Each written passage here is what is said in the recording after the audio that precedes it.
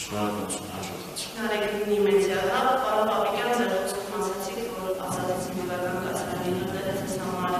անձնական ողբերգություն է, բայց երեք տարվա ընթացքում դուք չեք հանդիպել տղաներից մոնորեին, իրայիններ, բազմաթիվ անդամներ, հանդիպման ոչ են արել, նշելով, որ իրենք ասելիք ունեն, իրենք անձամբ են քննություն իրականացնել ձեզ ներկայացնում տարբեր բաներում են, նայած մեղադրություն են, որպես պաշտպանության նամակարի, քանի որ նայած ձեր պաշտպանումը կա այդտեղ։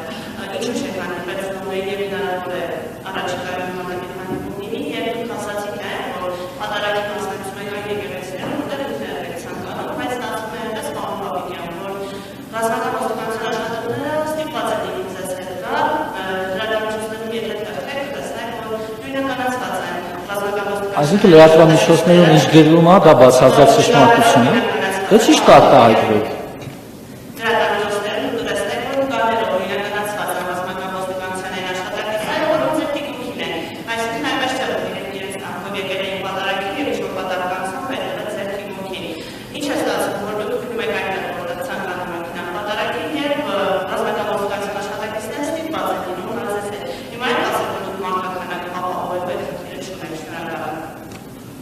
Ես նշեցի, արգելի գործընկերներ, եթե ես կոչով դիմեմ, որպեսզի ինձ հետ մասնակցեն իմ ենթականները, նորից եմ ասում, դրա պատկերը ձեզ համար ինձ թվում է պարզ է, ինչպիսին կլինի։ Ես նորից եմ հերքում իմ կողմից որևէ մեկին, որևէ բան կոչ անելու։ Իսկ ինչ վերաբերում է մամուլում գրված ցանկացած բան ճշմարտություն ներկայացնելուն։ Ինչ տեքստ կուզեք, տվեք, կամ մամուլում գրեն, դա կդառնա ճշմարտություն։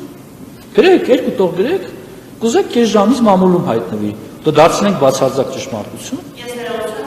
Չէ, մի ընթացեք։ Ներողություն, ես այդ հարցը արդեն տվել էի եւ խնդրում եմ շփոթել։ Հարգելի գործընկերներ, ես նշում եմ, որ այն մարդիկ, ովքեր մասնակցել են ոչ քաղաքական, կրոնական ակցիայի կամ երթին, ուխտերթին, յուրաքանչյուրը իր որոշման մասնակցություն կարող է ունենալ, բայց ես դրա մասին, այդ ունայն, որ կարող է ունենալ, հայտարարելու փորձ չունեմ, չեմ հայտարարել։ Իսկ եթե ես այսօր ասեմ, գիտեք, հարգելի գործընկերներ, Կիրակի օրը այս ինչ տեղը նման բան կա, այ գիտեք, դուք ազատ եք գնալ։ Այդ կնշանակի, որ ես թաքնված կոչ արեց, ասում չեմ արել։ Նորից եմ ասում, որ ես կոչ անեմ, դրա արդյունքը կլինի շատ ակներև, բայց ես այդ կոչը չեմ պատրաստվում անել։ Շնորհակալ եմ։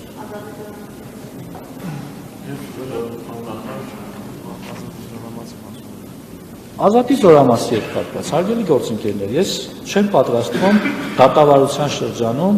ևս մի անգամ հայտնվել թիրախում ու